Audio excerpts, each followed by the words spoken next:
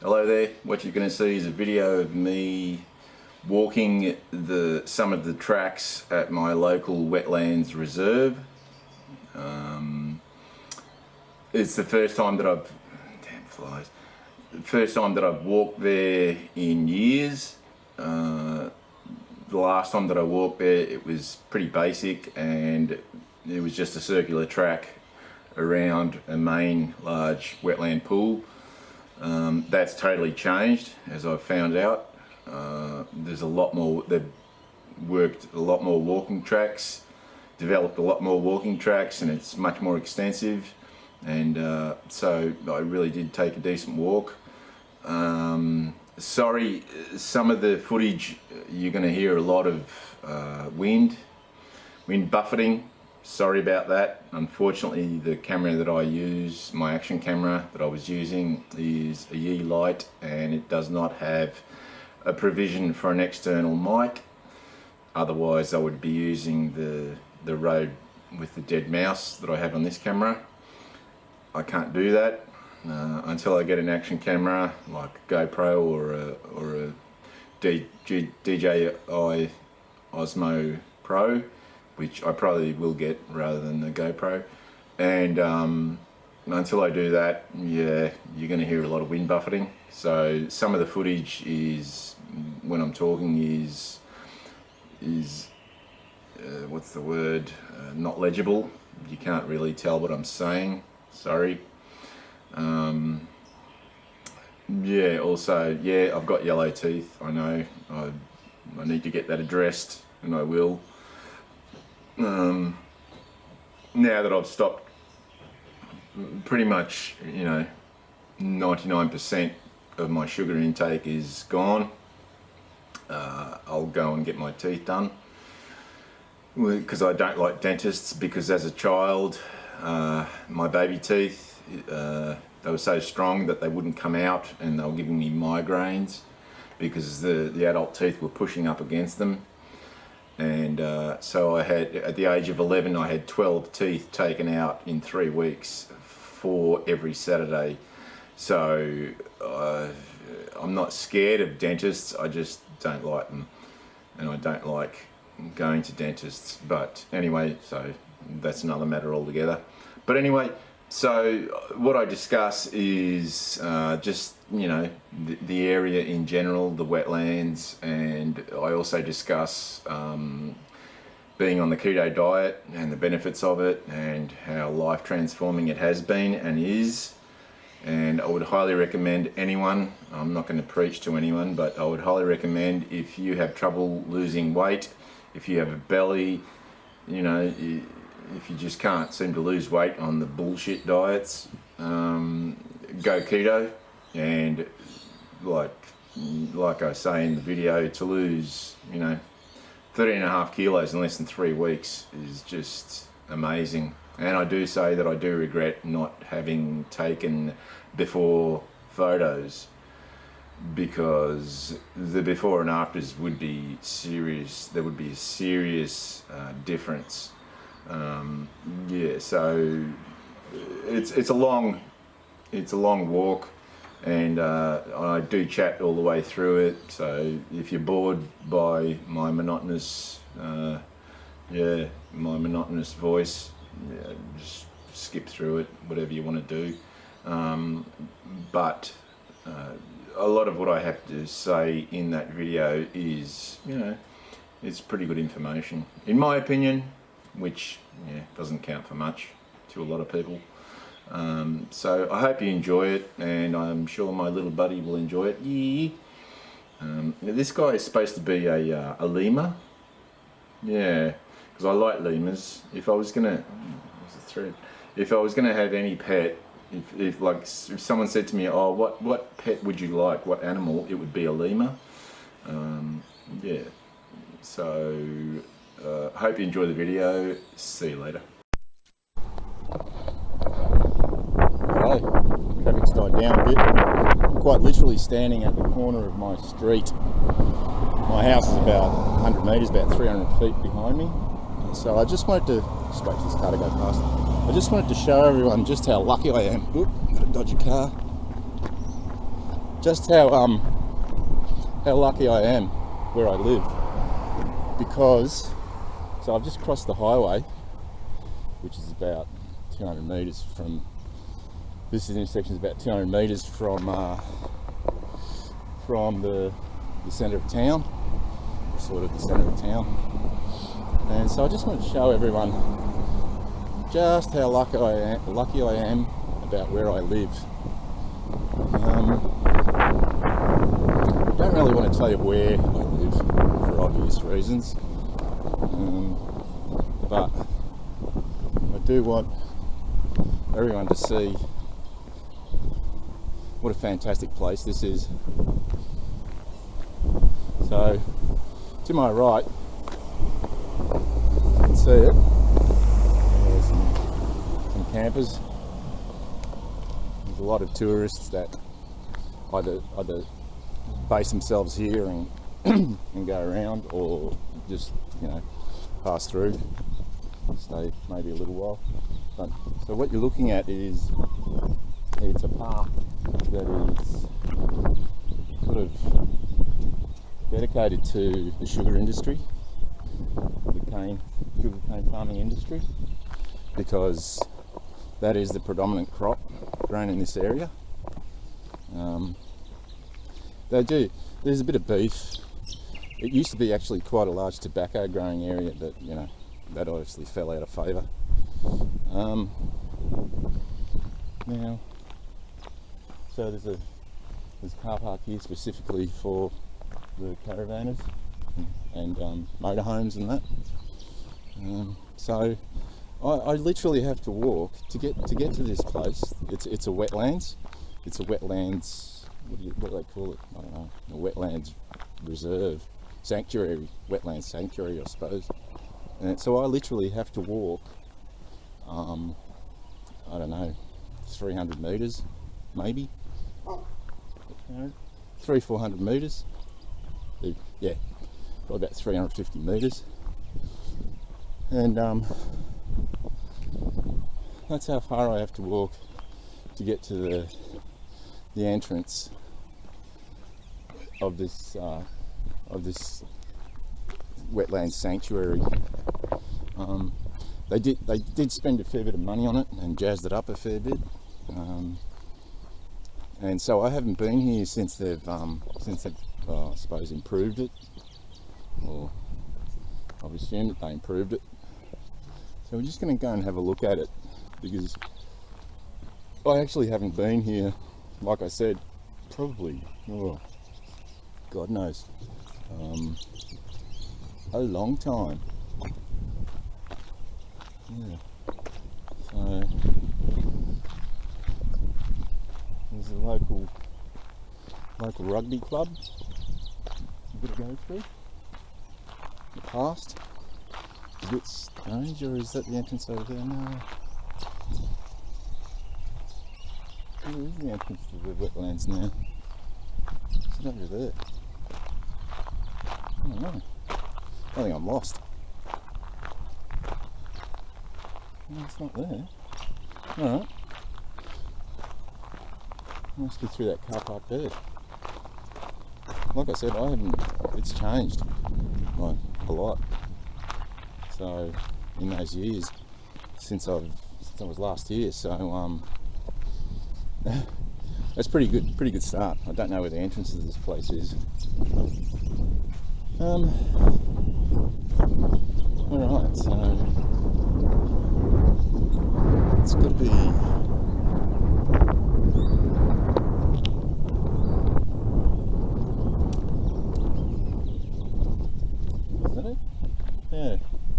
okay, I found it. Oh, yeah, there's a sign there pointing to where the entrance is. So one thing you can always count on is whenever I buy a tree, just a sapling from a nursery, if it's a commercially grown one, whatever the estimated maximum height is, just triple it, and I'm not kidding. The sign, otherwise you'll know where I live. And as much as I like everyone on YouTube, not everyone, I don't want people to know where I live. I think that's fair enough. You know, the last thing I need is people hassling me, you know, at my home, or if they get a hold of my real name. So just call me G. There you go, G from G11. Yep. So can you hear that? The bird life here is just amazing. I keep saying that, but it's true. So let's keep walking. All the trees here are natives. I don't think there's anything introduced. I think they made quite sure of that. So alright. So this is called the Pandanus Trail. Okie dokie. Across a little wooden bridge. I'll just keep walking and talking, and just to see what I'm filming. Yep, that's good. That's a good spot. Yeah, just change hands because I don't have a really long selfie stick or anything. I've just got one of those flexible tripod, mini tripod affairs that I use as a stick, not a selfie. Well, yeah, as a selfie stick. Even though I consider the whole act of doing selfies rather vain. So, okay, so we'll keep going that way. And there's those codes, so you can look it up, find out information about it, or whatever, I'm assuming. There's actually a tourist centre on the opposite corner of my street. Pretty big one too, and I have no idea what. I'm just going to keep pressing this screen. The other day I said that the U11 or the U light didn't have a touch screen. It does have a touch screen. Sorry, U. And this is a fantastic little camera. So we have a look around. So we're on a little bridge, and the lag on this is not too bad at all. Like, it's pretty comparable to the more expensive cameras. So we've got a little bit of wilderness. I suppose I don't really need these shades. I've got sunglasses on, but because I thought it was sunny, like not very long. I've got to take these shades off. I've got those removable shade things. Sorry, I'm just gonna muck around here. Where can I put that? Where it won't get scratched. Like these things. You know what? If you want prescription sunglasses, you're forking out like, oh here anyway, you're forking out, $600. And those things are $30, and they're what's it called? They're polarized, and yeah, the whole deal. So what would you rather spend? $30 or 20 times as much? I know what I'd rather spend. And you can use the sunglasses as dual function. Sure, you're not going to look as flash, but I don't care. Okay, so just press the screen again, make sure that I'm not filming the sky, the ground. So you got park benches, so you can sit down and have rests, because there's a lot of elderly people. So we can go either way. Secondary tracks. I'll take this secondary track. Suppose we'll go up that, have a look around. You can hear the bird life. So that is kangaroo poop or wallaby poop. There are a lot. I don't know if I'll see any because it's like about the middle of the day. So what's that bird? Oh, look at that! He's beautiful. I don't know if you can see that bird up there. Oh man. He's gorgeous. I don't know what he is. He's got these bright dark aquamarine wings. Brown body and aquamarine wings. So here we go. This is the first pool that we come to, and you've got You've got I can't remember if those flowers are lilies or I should turn that screen back on. Come on. Or lotus. I can't remember. But in the bush, when you get pools like that with lilies and lotuses, the pigs love digging up the roots, the lotus root. It's a real tasty treat for them, and they absolutely destroy the pools. They introduce diseases, and we've got a serious feral pig problem, especially in this state where I live in Queensland, especially North Queensland, because for some idiotic reason, recreational hunters are not allowed to hunt in national parks like feral animals. So that looks like a game trail, a game pad. Come on. Hey, what's going on with your screen now? There we go. So that's a game trail, I think. Let's have a look. Sort of hard to tell because it's quite hard, so I can't see any actual prints. I would assume there's another little one through there. That'd be wallabies. Wallabies are like a small kangaroo. There's all different kinds. So they'll be out somewhere in here. So there's more wallaby poop. They'll be out somewhere in there, just having a nap. So the sun is coming out a little bit, which is good. So we're having a look around. So I was just feeling a bit guilty that I haven't exercised yet today, so I thought I'll kill two birds with one stone and have a look at the wetlands, since I haven't seen it for so long, and have a bit of a walk at the same time. Yeah, multitasking. So as you can see, you could quite easily, just wake up, on where it wasn't mowed. You'd think you would in the full bore bush. So this is okay. All right, that goes that way. So we'll keep going.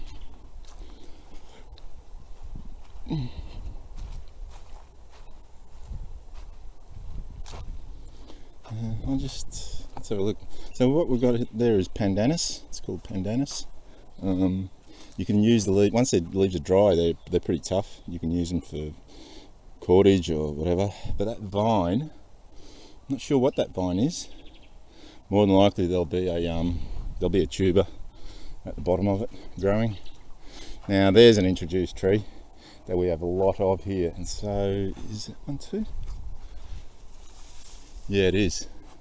That, oh no, it's not. No, but that's a guava. And the birds just spread the seeds everywhere. And here's another guava. That's a guava there. Not native. I don't know whether they're considered a pest, but there's certainly a lot of them. And actually guava make really good bows out of guava, believe it or not. Never done it, but some of the elder statesmen at my archery club, they claim to have made, that's what they used to do as kids. They used to make them out of guava. Yeah, these guavas are everywhere. Oh, that's not a guava, this is a ficus. So it's a fig. Is it a fig or a lily pilly?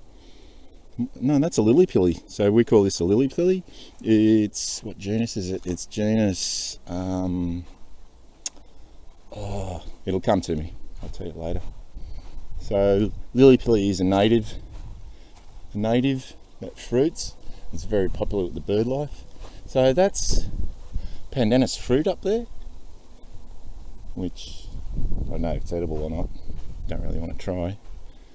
Oh yeah, the lily pilly that I was talking about, it's syzygium. I don't know how many different kinds of syzygium there is, but there's quite a lot.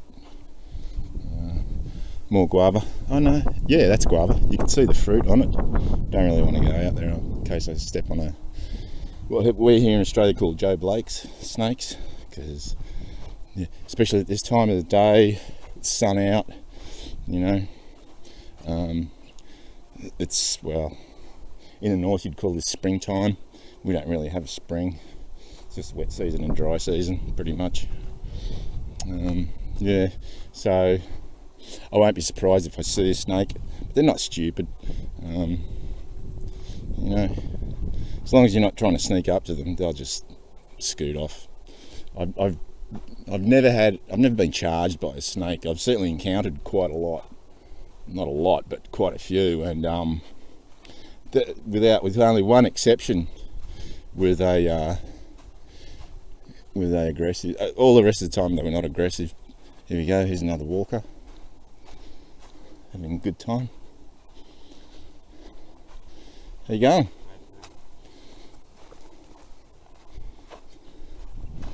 And yeah, so I've never really had a bad time with snakes. I mean, I've virtually almost stepped on them, and the really bad ones too. The really bad one is the king brown, or the brown snake. They get big, and yeah, if they bite you, ooh, not good, no bueno. So there's some more footage of the area. There's the pandanus fruit. Look at that. It looks like pineapple. Looks like a big pineapple, but it's all segmented. And there's a that's called a staghorn fern. They're native. Well, I think they're. Well, yeah, they are. And they're like, I've got heaps of them on my trees. Yeah, but a lot of pandanus, because it is a wetlands. Pandanus is a wetlands tree. Oh, here's a better view of the fruit. Look at that. That is massive. It looks like a you know what it looks like? It looks like a durian. Yeah, about the size, almost. There's some more ferns growing on the pandanus. Just got to be, while I'm talking and concentrating on talking to you guys, I've just got to be aware that of the snakes, just in case. But that guy's come through here, so should be right. If someone's already come through and disturbed them, then everything should be safe. Yeah, should be. But like I was saying, I've encountered quite a few snakes, and without exception, except for one, and that was right in the, it probably had fresh young or fresh eggs, or was in heat or something, I don't know. But so we'll go this way. It was a red-bellied black, so it's like a jet black snake with a bright red stripe down its belly, like, you know, almost as wide as its body, and very easy to tell a red belly black. And they're not supposed to be aggressive at all, but guess what? Out of all the snakes that I've encountered, that was the only time where there was aggression. And it didn't try to attack me. What was happening that when I did have a dog, just heard something. When I did have a dog, I would, you know, he was what's called well, actually he was half-breed. He was Kelpie cross dingo, you know, the smartest dog I've ever known. Yeah, really smart. Kelpies are just unbelievably smart. And Kelpies were bred up from, I think, from the Scottish Sheltie and probably dingo, and I don't know how many other breeds, but incredible working dogs, just unbelievable energy level, and super smart, probably smarter than a lot of people I know. But yeah, so I was walking him, and I saved him from a shelter. Yeah, what a nice guy. And I love that dog. He lived to 14 or 15, I can't remember now. He lived a long time because he had a good life. I treated him really well. He was essentially like a child, you know, and a disobedient child a lot of the time. Mischievous child. No, he wasn't too bad. He was pretty good. So I'm walking along next to some sugar cane, down a haul track, and it was like just after dusk, so it was a little bit darker than dusk. And anyway, he jumps back. He's about 5-6 meters ahead of me, about 15 feet ahead of me, or 20 feet ahead of me, and he jumps back, like a big jump back. And I thought, oh, what's wrong with him? And then he's just propped there, and I've walked up to him, and then I've seen why he jumped back, because there was this red-bellied black, like in the get the F out of here position, and which I did. I just called the dog back and said, let's get out of here, buddy. That snake means business. So it didn't attack me, but it was just indicating that, hey, this is my territory right now. You don't belong. Get out. So I took his advice. There's a little bit of water. Yeah. So I got the hell out of there. And oh, hello. Is this some fig? So this is, what is this? No, it's not sandpaper. That's ficus. That's fig, and they're ripe. Yeah, I'm not going to eat them because yeah, even though all figs are edible,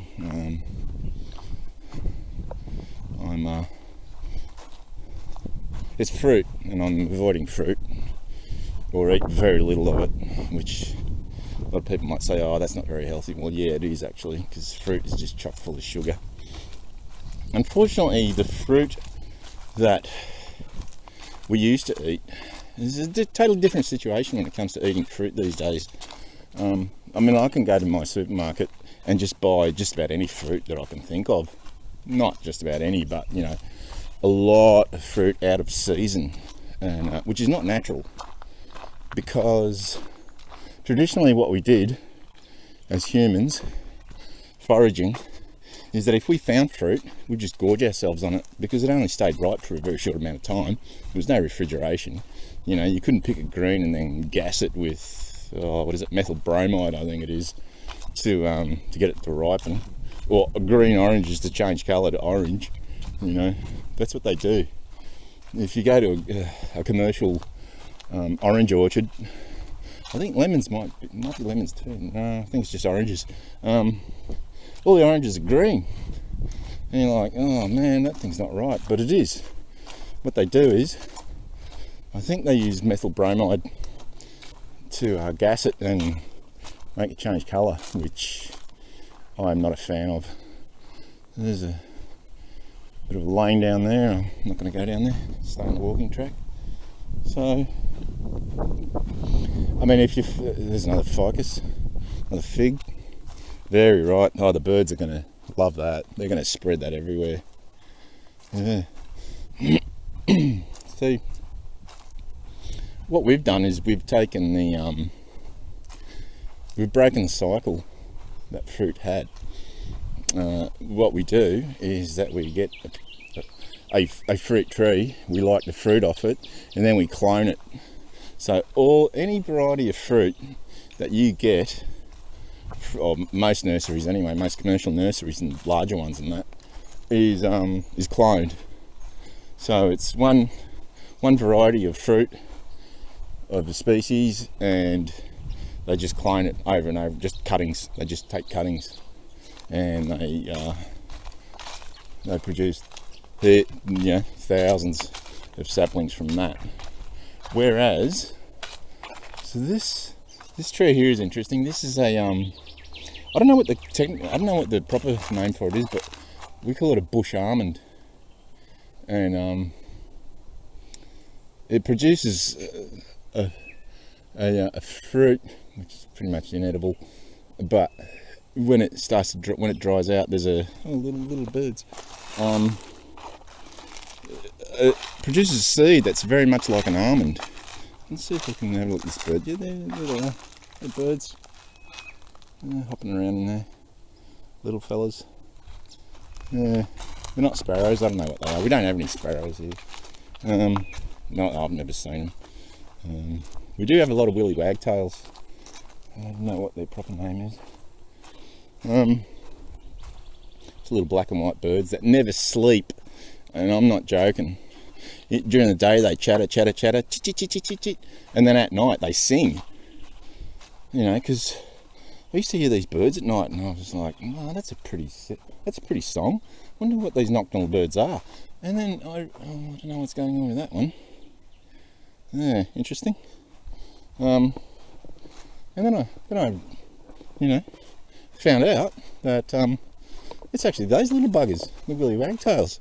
They just don't seem to sleep, and their energy levels are unbelievable. I don't know. They spend all day just eating bugs, butterflies and moths and flies and bugs and bees and whatever. So they're on a very high protein diet. Or fig. And that's a rather sick looking guava, I think. So here's another syzygium. This is the lily I was talking to you about. That's a syzygium. It's not ripe, but when it ripes, some of them are not too bad actually. I'm growing a syzygium in my front yard. Have a look at this fig tree. That is laden with fruit. That's unreal. Yeah, there's some rushes in that, in a little creek. Yeah, some of the syzygium are alright, but most of them are pretty bland. Some of them have a very, very citrusy flavour. Yeah, quite a few varieties. So I don't know how long this walk is going to take. So I haven't done it. They've changed it. They've changed it a lot. Like, there used to be pretty much just a circular path all the way around. Now they've divided paths up, and I don't know whether they've actually done man-made banks for the paths or what, but yeah. So, and that up there, that dead thing up there is, there's some in there too. It's mistletoe, a native mistletoe. That it's a parasite plant, and the birds spread the seeds. They land on a so they probably have got really sticky seeds, and the birds land on a tree and, you know, have a really hard time wiping the seed off. When they finally do, it just sticks to the tree, and that mistletoe grows. Oh, there's a big mistletoe right there. You can see that. Yeah, still growing. Yeah, so this, I don't know what that is. So there's not much. I mean, Australia's famous for the eucalypts, gum trees, but I don't think I've seen one eucalypt here. Yeah, because it is a wet tropic area. Really, where I live is pretty much the start of the wet tropics, or probably a little bit further down south, down the highway it starts.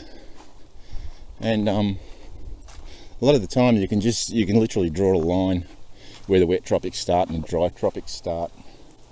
And we'll be getting buckets of rain, and just not that, 50 kilometres, 20 kilometres further south is just nothing. So this is becoming quite a good little walk.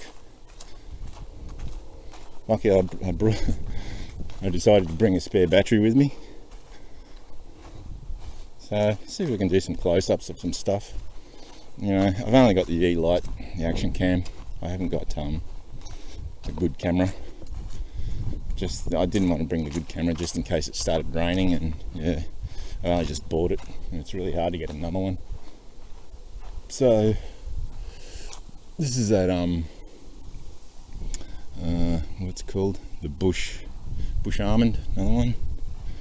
Not sure what that is. I think that's that's syzygium, lily pilly. You can see they're starting to ripen up, going pink, fruit.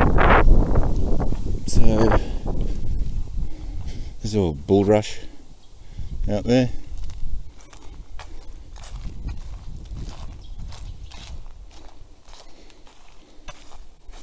Yeah.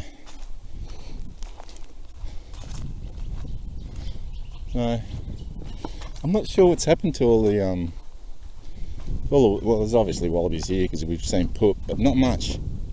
I think the wallaby population has been, I don't know, has been reduced. I used to see them splattered on the highway all the time, you know, on the road into town where I live.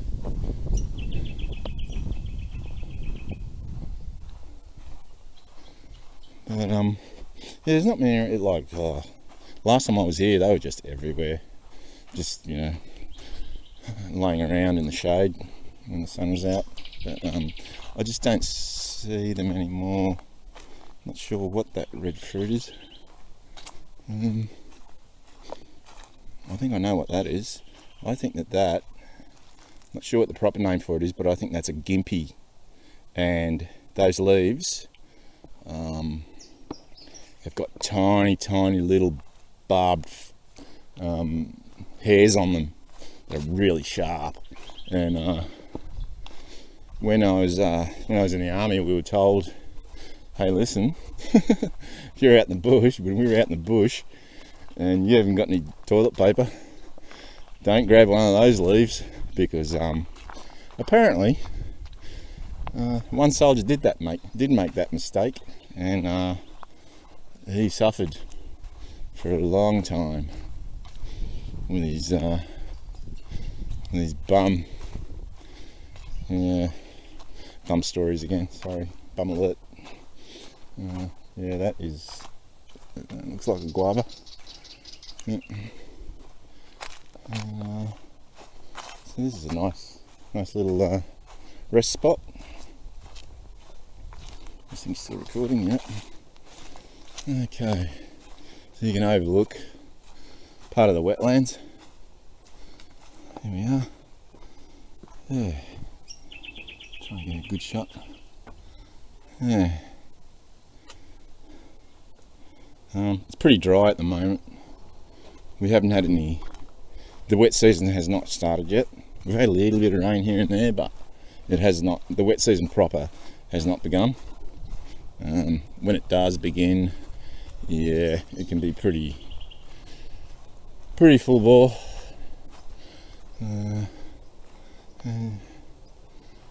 See all those. That's some sort of parasite. I think it's some sort of insect that actually causes that. Not sure. Need to do more research.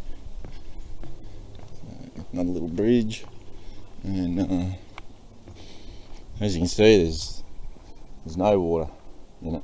It is a bit, yeah, it'll be a bit muddy here and there, but so you can see there, looks like somebody's tried to drive through it. Yeah, that was maybe with a ATV or something. Looks like, by the narrowness of the tracks. So a dead tree I'm gonna have to get rid of. Yeah. Look, you know, soil might be pretty boring because it's becoming sort of the same, but I'll just keep talking. And so to cut through the boredom, I'll talk about why I went on a ketogenic / carnivore. Well, ketogenic really, because I still eat vegetables and a little bit of fruit. I do cheat with a little bit of fruit. The reason I did that is because I was like, yeah, I was at least 15 kg, which is like about 35 pounds overweight, and had a belly, which looks sort of weird on me because I'm quite a tall, thin, rangy sort of person, over 6 feet. Oh, look at this. How's that for fruit? Yeah. Oh, they're gonna love that. Yeah. So And I realised that I had to really get rid of it. But I was a bit dubious about some of the diets, recommendations and that. Guava.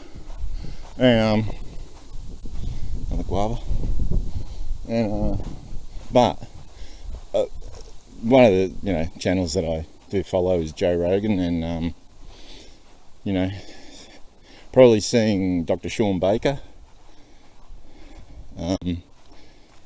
when he spoke about carnivore diet, it all made a lot of sense. It was very intuitive.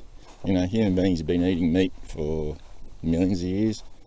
Maybe not millions, but since we started eating, and our gastrointestinal system is not designed for vegetable matter. Of just nothing but vegetable matter. And like I was saying before, as hunter-gatherers, we would hunt game and then forage for fruits, berries in season. It's down there. Don't know. And so it's a very seasonal thing. But now you can just buy all the fruit you want, just gorge out on it. And when they tell you, I don't know, some doctors reckon you should eat 5 pieces of fruit. Well, guess what? That's just going to go straight to your gut. It really is. So when I taking a long way around, when I heard all of that and did a little bit more research and just watched a whole heap of YouTube by other people who recommend the ketogenic and the carnivore diets, I said, right, I'm going to have a go. And I really do, this is getting boring, so I'll show myself for a little while. Oh, where's the screen? Where's the keep doing that? No, I unlocked it. Yeah. So, what was I going to say? Now I need my sunglasses. Okay, I lost my train of thought.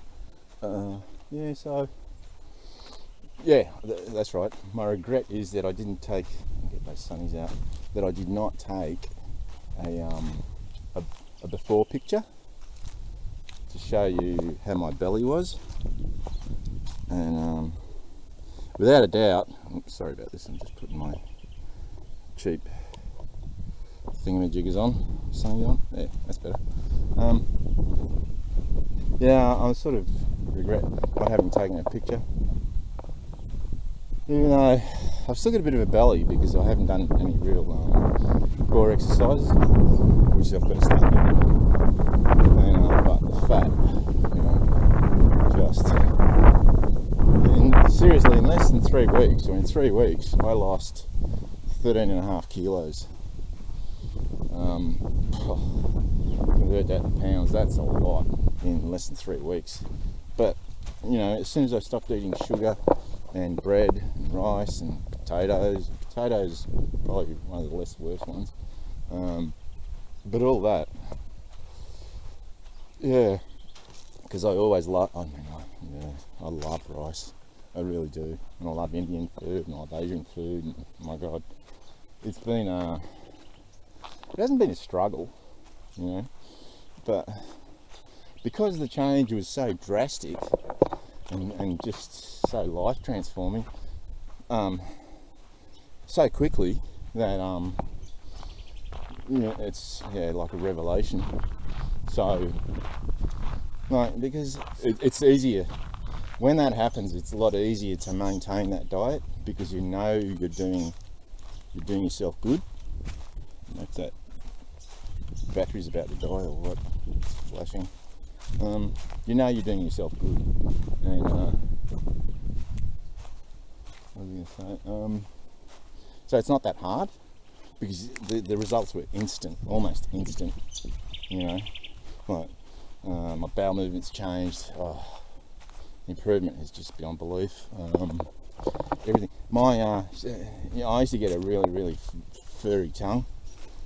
White furry, thick fur on my tongue, and it was really rather disgusting, and that would cause bad breath because that's mold yeast, whatever, reproducing, getting off stinky gas. So, and I still do cheat a little bit honey, a little bit now and then, especially in like bulletproof coffee and that, which I do drink. I just want to show you, see that there? That is called, the local name is called sensitive weed, but it is Mimosa pigra. Watch this. Plants do move. Watch this. See that?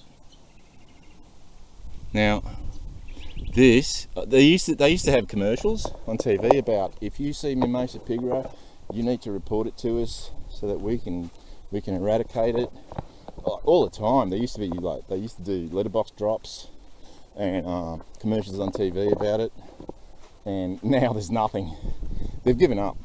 They've essentially given up killing mimosa because and you saw what happened there when you touch the leaves, they close up. It's, they call it sensitive weed, which is quite a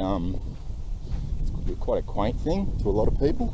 Well, not anymore, now that we know how horrible it is, how badly it spreads and overtakes. But and it's covered in spikes.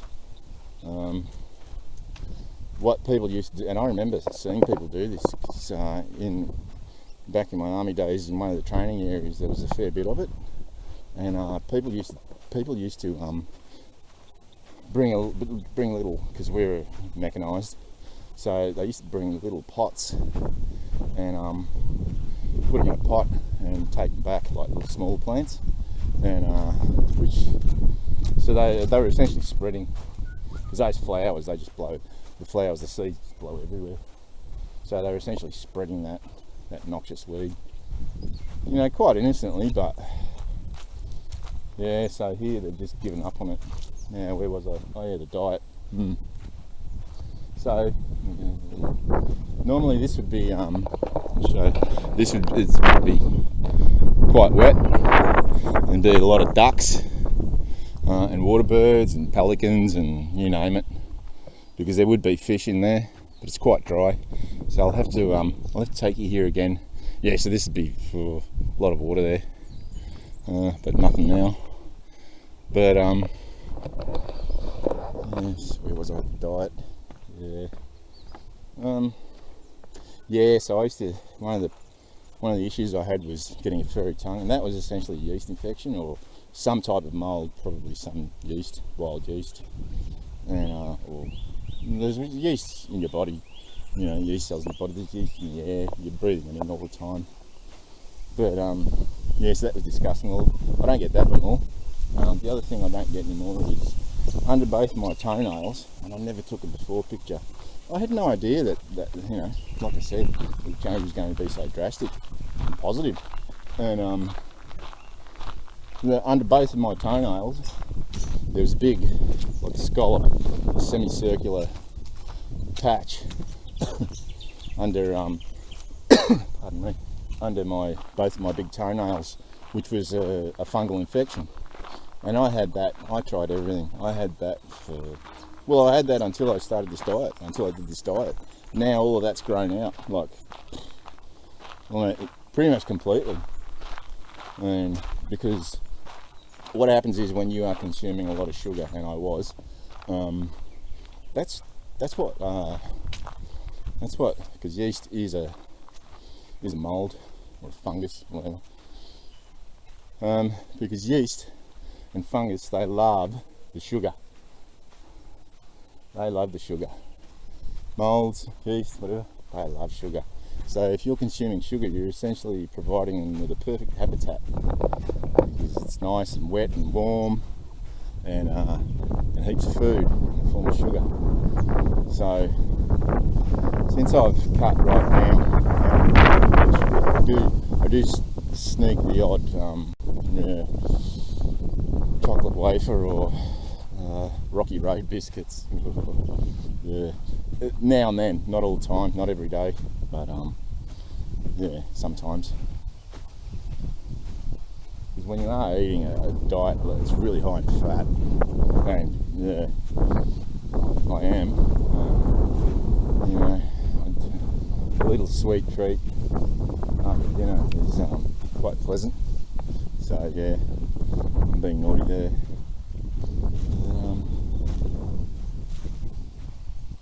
Yeah.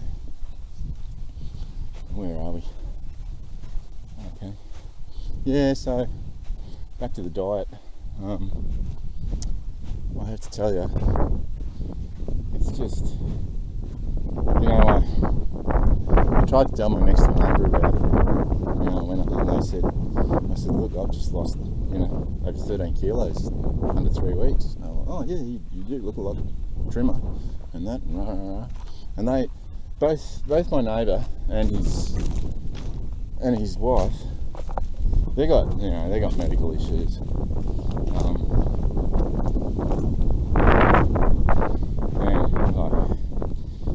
Yeah, I'm not going to go into detail, but I said to them, listen, you should really consider doing this because it's just amazing.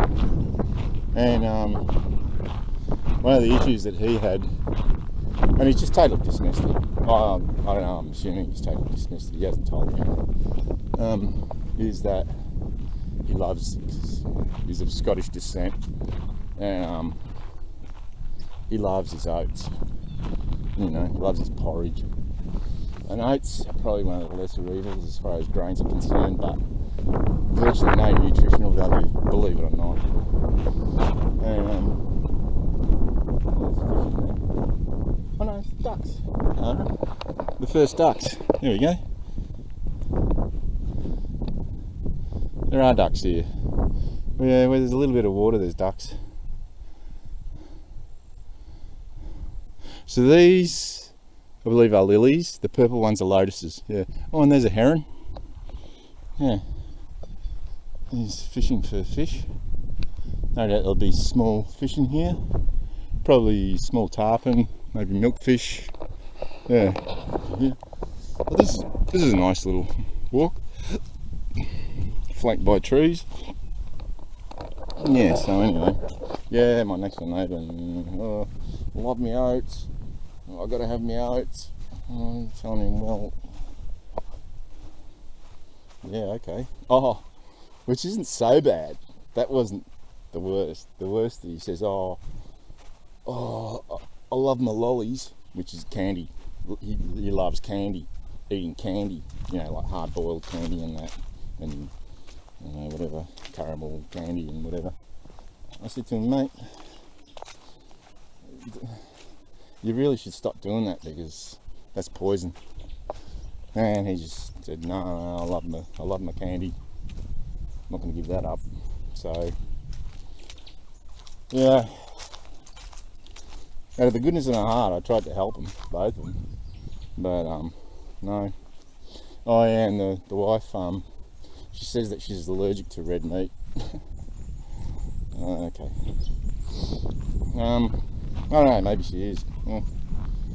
But she's not well, They've both got bellies, right? They're not humongously obese, but they've both got like guts. And hers isn't nowhere near as bad as his. But the only way you're going to get rid of that is by giving up carbs. It's not impossible to give up carbs, because if you go full carnivore and eat nothing but animals and animal products, then yeah, you're carb free. But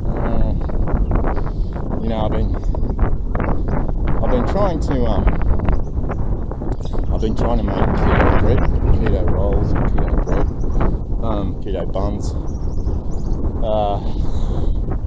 Man, my first attempt was, the taste was, yeah, I'm not going to tell you what they tasted like. They were horrible, so I think I might have to cheat on that one. So there's delusion. And I don't know what's called, oasis. Yeah, sorry about the wind. Try and shield it. Yeah, they're huge. Oh, you see those seed pods? Yeah, you get the seeds out and you fry them up and they're just like peanuts, or just roast them up just like peanuts. The Aborigines and that used to do.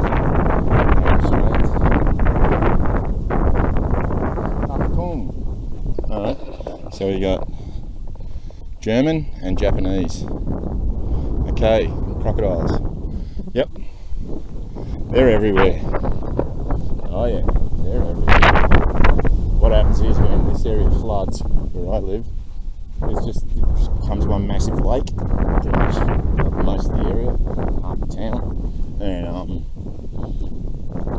they can just go wherever they want. You know, out on the main highway. You know, they are the only predator. Well, the only predator with legs that I'm really cautious about. I'm not worried about sharks because I don't go swimming.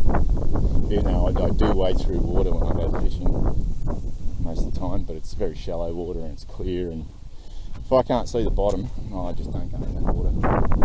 So no, the one time that you go, nah, it'll be alright. Yeah, famous last words. So I am quite cautious. I think the older you get, the more you realise just how precious life is. Is this thing still recording? Yep. Oh, this battery's lasting quite well.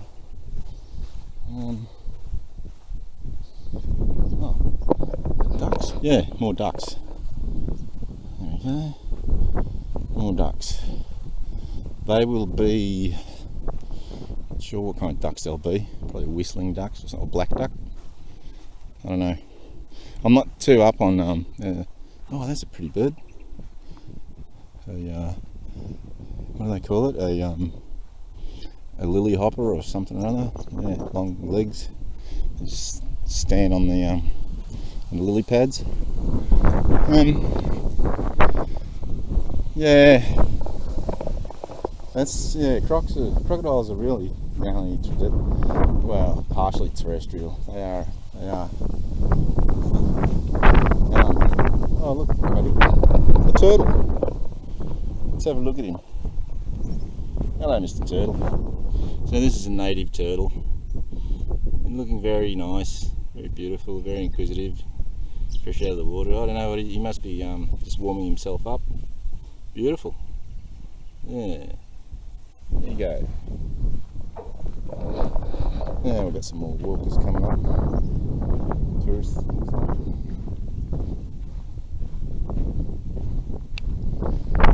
How you going? Careful not to step on a turtle.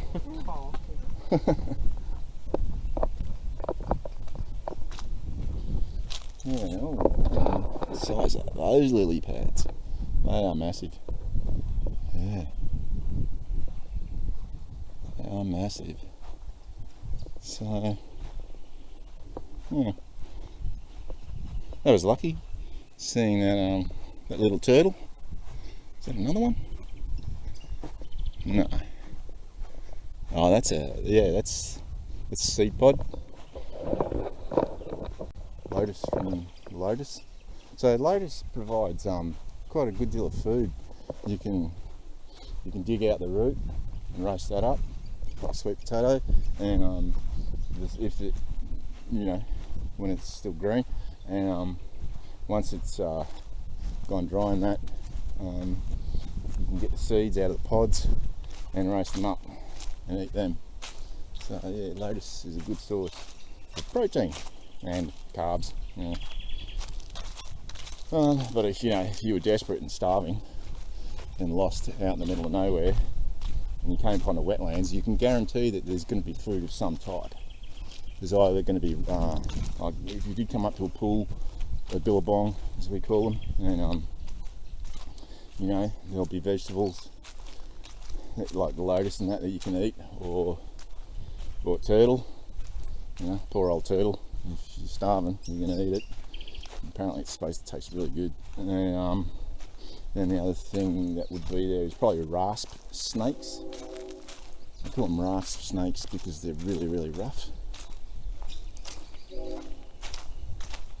So they're pretty harmless. what the Aborigines would do is they'd just feel, you know, if the pool was above their waist or whatever, they'd just feel around with their feet until they touched one. They'd just grab it, lift it up, and you know, they'd just bite its head, kill it. I've never been a big fan of snake. The amount of work you've got to do to this way. The amount of work you've got to do to get meat off it, unless you've got a really big snake, you know, not my thing. And although I don't mind reptiles, snake's a reptile, but lizards, big lizards, that tastes good. Actually, crocodile. If you've got fresh crocodile, I tell you, good eating. So I've got some walkers behind me. I might just let them go past. Oh yeah. Yeah. It's a bit dry. It is a bit dry. There's a lot more, like, you usually see a lot more wallabies and birds and everything when it's wetter. Doesn't like a look at the pandanus. It looks like a durian. It really does. Sort of. So, I think what it does, it sends these roots down from up high. What's that? Those long things, they're roots. Sending them all the way down from up there. I don't know whether, it looks like that main trunk might be dying. So, it's in panic mode trying to send some roots down. You can see the green growth at the bottom. Yeah, so there's a bit of bush tucker information. One thing I haven't seen is a thing called morinda, and it's this weird sort of translucent looking fruit that breaks up into segments, and it's like an anaesthetic. It numbs your mouth. Yeah, I'm not sure whether it's a diuretic or what, make you poop, but I know that it is edible, and in an emergency you can't eat it, but I haven't seen any of it at all. So yeah, and there used to be heaps of it here, I remember. I think some of these, yeah, might be morinda trees, but I don't know. It's hard to tell, you know. The fruit should be growing already, the morinda, and I haven't seen any at all. I don't know what they did, because it is native, so I don't know what happened, whether they got rid of it or holding this in the right way. Yeah. The other thing that, like, if you were in a survival situation, you'll always find grubs in the trees, at the base of the trees. Yeah, if there's trees around, especially in a wetland area, especially in a wet area, like that. I'm not sure if that's a native or if it's introduced. Yeah, that's a native. It looks like Thai mint, but it's not.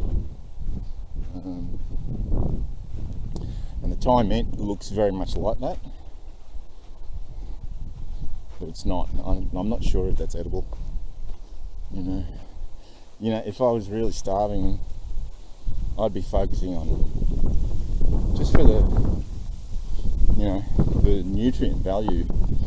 If you eat any animal, even a small animal, you are going to get a hell of a lot more nutrients than,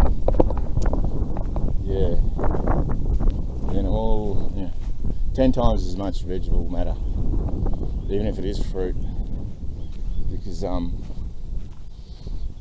strangely enough, the nutritional value, believe it or not, the nutritional value of fruit is quite low. You've got more nutrients, and I'm talking all the vitamins, minerals, calcium, from leafy greens, like rocket, or what you call arugula, I think, or spinach, or kale, or I like silver beet, I don't know what you guys call it, and you'll get more nutrients from those than any fruit, except for avocado. Avocado is probably the only fruit that's really, really good for you. So it looks like I'm going to overtake these walkers again. Man, it's going to be a bit of a chore editing this. I'm going to another pool. That might be this. It is another pool. So, no ducks or anything, just lotus. It might be the same pool I passed the first time. So these guys are bird watchers again. Oh yeah. Oh, let's show him. He's beautiful. That thing there, looking like he's posing for a picture for a. I'll just get the screen up so I can make sure I get a good view of him. Come on, screen. Yeah. I don't know if you can see him. That thing there. It's called a shag. It's one particular subspecies or whatever of cormorant. Yeah, the reason why he's doing that is he's drying his wings out, drying his feathers out, because he's been diving. There's obviously fish in here because he's been diving around and catching fish, eating fish. And there's a nice troop of ducks in single file. About to get in the water. No. Yeah, so that we call that a shag. I'm not exactly sure which subspecies of cormorant it is, but it's called a shag here in Australia. And yeah, so he's just drying his feathers out. Good for him. In the sun while the sun's out. Oh, a turtle! Look, turtles. There's one. I just saw another one. See the turtle? In there? I don't know if you can. Moving around down there. Thankfully the water's nice and clear. The only reason I can see him is I've got these Polaroid lenses on. Yeah, that's a decent sized turtle. He would give you, let me tell you, he'd give you a decent meal. You'd get a decent meal out of that. There's the other one. He's come to the surface. And there's another one. Man, this thing's full of turtles. Unreal. Turtles everywhere. What about this side? No. Yeah. So if you were lost and stranded in this area, you would have a ton of food to eat. Matter of catching them, which is another story. And, yeah. There's ducks. Yes, it is. Like I said, it's quite dry. Like I said to those people, it's quite dry, so you're not going to see the level of animal life that you normally would. I haven't seen one wallaby.